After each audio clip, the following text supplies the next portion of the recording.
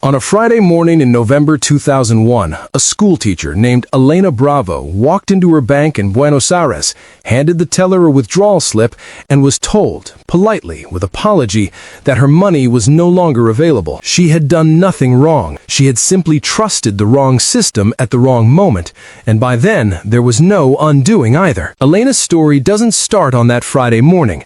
It starts 10 years earlier, with a promise that sounded so good, so logical, so backed by the most powerful institutions in the world that millions of people staked their entire savings on it. And for a while, that promise held. It began in the early 1990s, during one of the most celebrated economic transformations in Latin American history, celebrated by the people living through it, by the institutions funding it, and by the economists writing case studies about it from abroad. In 1991, Argentina's economy minister, Domingo Cavallo, introduced a plan that would change everything. Not complicated, not hidden, just 3 words that rewrote the rules of Argentine life. The convertibility plan. 1 Argentine peso, 1 US dollar. Fixed, guaranteed by law. For a country that had experienced hyperinflation so severe in the late 80s that prices sometimes changed twice in a single day, that single sentence felt like oxygen. And it worked. Inflation collapsed from 3,000% annually to single digits within 2 years. Foreign investment arrived. The middle class expanded. Families who had never held a savings account opened one. People who had kept cash in their mattresses, because the mattress at least did not lose 30% of its value overnight, began to believe, cautiously and then less cautiously, that the system had changed. The economy grew rapidly for 3 straight years. The IMF called it a model. Economists called it a miracle. But for ordinary Argentines, people like Elena, it had a simpler name. Stability, a word they hadn't been able to use in so long that saying it out loud felt like tempting fate. Elena Bravo was 29 years old when the convertibility plan launched. She was a primary school teacher in the Palermo neighborhood, earning a modest salary, and for the first time in her adult life, she felt safe enough to save money in a bank rather than spend it before it lost its value. She was not naive, she was rational. That is the part that matters. Elena didn't know any of this. She just knew her savings felt safe for the first time in her life. What she didn't know, what almost no one was saying out loud, was that the same law protecting her money had quietly removed every tool Argentina had to survive a crisis. The peso couldn't weaken to make Argentine goods competitive. Interest rates couldn't be adjusted independently. And when money ran short, the government couldn't simply print more. Every emergency exit a country normally uses had been welded shut on purpose to prove the commitment was real. And for a while, that worked, because the economy was growing fast enough that the sealed valves never needed to open. Then, in 1995, Mexico's peso collapsed overnight, and investors who had been flooding Latin America with money suddenly remembered that risk existed. They pulled out. Argentina's economy shrank almost 4% almost immediately. But then something dangerous happened. It recovered. Investors came back. Argentina borrowed more. The peg held. And because it held, everyone, the government, the IMF, the banks, Elena Bravo, took the same lesson from it. The system works. Each time it survived, the next warning felt smaller. Each close call looked, in hindsight, like proof of strength. False confidence builds quietly. It lives in the gap between how stable a system looks and how stable it actually is, until the gap is too wide to cross. By the late 1990s, Argentina's debt was growing faster than its ability to service it. In 1997, the Asian financial crisis destabilized global capital flows. In 1998, Russia defaulted. Brazil, Argentina's largest trading partner, devalued its currency in January 1999, which meant Brazilian goods were suddenly far cheaper than Argentine goods on global markets, and Argentine exports collapsed almost overnight. The Argentine economy entered recession in 1999. It did not recover. The government needed to borrow to cover its fiscal deficit, but borrowing required paying higher and higher interest rates as investors grew nervous. surface. Higher interest payments widened the deficit. A wider deficit required more borrowing. More borrowing required higher rates. The system was now eating itself. In Washington, the IMF extended a massive support package in 2000, then another in 2001. The logic was the same both times. Hold the peg. If the peg holds, confidence returns. If confidence returns, money returns. If money returns, the economy recovers. It wasn't wrong logic. It just had one fatal flaw. It only worked if confidence actually returned. And confidence, it turns out, is not something you can borrow your way into. Here is the part nobody wants to admit. Every single person, the Argentine government, the IMF, the banks, Elena Bravo, was making rational decisions. Nobody panicked. Nobody cheated the system. Nobody was asleep. They all looked at the information in front of them and made the reasonable choice, and they all walked together into the same disaster. Because when a government puts a guarantee in writing, ratified by law, endorsed by the IMF, it doesn't just protect your money. It replaces your judgment. It says, we already did the risk assessment. You don't have to. And people accept that, not because they're lazy, because they're trusting an institution that has more information, more resources, and more legal authority than they will ever have. Elena wasn't wrong to believe them. The system told her, in writing, ratified by law, backed by the IMF, that her money was safe. She believed the guarantee instead of auditing the system behind it. So did everyone else.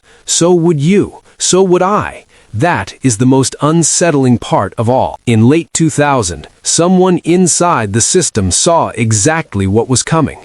A former central bank official sent a memo to the finance ministry, laying out the math with brutal clarity. The reserves were too thin, the debt repayments due in 2001 were too large, and if the peg broke on its own instead of being managed deliberately, ordinary depositors would lose access to their money. The solution was painful but possible. Exit the peg now in a controlled way, while there was still enough reserve cushion to soften the blow. The finance ministry did not act on it, not because they were corrupt, because acting on it meant publicly admitting the peg might fail, and that admission alone would have triggered the exact bank run they were trying to prevent. So they held. They borrowed more. They asked the IMF for more time, and the clock ran. By the middle of 2001, Argentines were beginning to understand that something was wrong, not because anyone told them, but because the behavioral signals were becoming impossible to ignore. Wealthy Argentines and foreign investors had been quietly moving money out of Argentine banks for months. In June 2001, capital outflows accelerated sharply. In July, the government implemented deficit zero deficit, a policy of immediate spending cuts brutal enough to trigger mass strikes and street protests. In October 2001, the government lost a midterm election badly. The phrase Argentines began using in protests, "que se vayan todos," translates roughly as, all of them must go. They meant the politicians. They did not yet know they also meant their savings. On December 1st, 2001, Economy Minister Cavallo, the same man who had built the system a decade earlier, announced the Corralito. The word means small corral. Effective immediately, Argentines could withdraw no more than 250 pesos, $250 at the fixed rate, per week from their bank accounts. All other funds were frozen.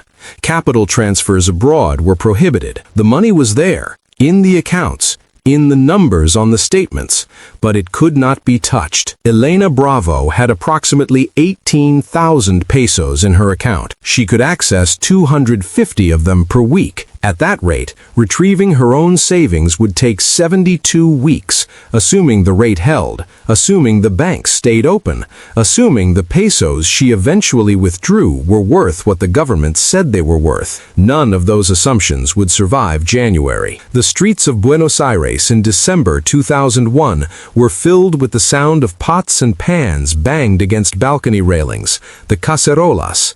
the percussion of ordinary kitchenware wielded by people who had just discovered that the container they had trusted with their life savings was no longer theirs to open. On December 19th, President Fernando de la Rúa declared a state of siege. The protests intensified. 39 people died in clashes with police over 2 days. On December 20th, de la Rúa resigned and fled the Casa Rosada by helicopter. Argentina went through 5 presidents in 10 days. On January 3, 2002, the new government defaulted on approximately $100 billion of sovereign debt, at the time the largest sovereign default in history. On January 6, 2002, the convertibility law was repealed. 1 peso, $1. Gone. When the peso was finally allowed to float, it lost roughly 2/3 of its value against the dollar within months. Elena Bravo's 18,000 pesos, $18,000 under the guarantee she had relied on, were now worth approximately $6,000 in real purchasing power. The guarantee had not been withdrawn, it had simply stopped being true. What followed is hard to put into numbers without losing what it actually felt like. 1 in 5 Argentines lost their job. Within 18 months, more than half the country fell below the poverty line. Not the chronically poor, but teachers, shop owners, engineers, people who had spent decades doing everything right. 200,000 small businesses closed. Families who had trusted the legal framework, saved carefully, followed every piece of official advice, lost between 30 and 70% of their savings, depending on how their accounts were forcibly converted. The IMF later acknowledged that its support packages had delayed the collapse and deepened the damage when it finally came. Domingo Cavallo, the man who built the system, resigned the same day as the president. Argentina eventually recovered. New policies, debt restructuring, a floating exchange rate. The economy grew again. But here's what didn't change. The assumption underneath everything, that a government guarantee means safety, was quietly rebuilt into the new foundation. The same governments that had issued the guarantees negotiated the haircuts. The same institutions that had certified the system as sound designed the restructuring. The same logic that built the peg guided the recovery. The system was fixed. The belief that produced the crisis was not. Think about what it would have actually taken for Elena to protect herself. She would have needed to read IMF program documents, understand the mechanics of currency pegs under capital pressure, model the relationship between fiscal deficits and reserve adequacy, and reach a conclusion that contradicted every formal assurance being issued by every institution she had any reason to trust, and then act on it, alone, while everyone around her stayed put. That is not due diligence. That is an impossible standard to hold an ordinary person to. But here is the discomfort that remains. The people who did see it coming, and there were some, had to be willing to distrust everything official, everything certified, everything the system said was safe. That kind of skepticism has a cost. Most people can't afford to pay it. Most people shouldn't have to. The deepest thing the Argentina crisis reveals is not about corruption or currency mismanagement or IMF conditionality, though it involves all of those things. It is about the lock. Every feature of the Argentine banking system that made it feel safe was also a feature that kept money in, and therefore accessible to a government that needed it.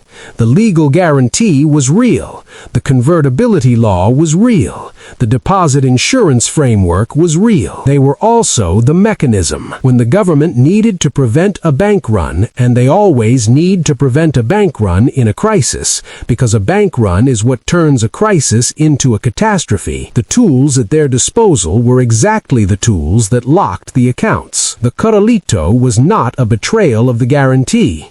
It was the guarantee fulfilling its secondary function, the one written in small print in every savings system that has ever existed. We will protect your money until we cannot, and when we cannot, we will protect the system instead. You will not find those words in any document. You will find the policy in country after country, decade after decade, when the moment comes. Elena eventually eventually got her money back, most of it, over years, worth far less than it was. She didn't lose everything. She lost the version of her life that the guarantee had made possible. Somewhere right now, another government is issuing another guarantee. Another institution is certifying another system as sound. Another generation of careful, rational people exactly like Elena, exactly like you, is making the same reasonable decision she made. Because the alternative is a level of suspicion that no ordinary life has time to sustain. The guarantee is real. The clause underneath it is also real. It just isn't written in a language most people read, until the morning they walk into a bank, hand over a withdrawal slip, and are told politely, with apology, that their money is no longer available. The lock was always there. They just never needed to find it before.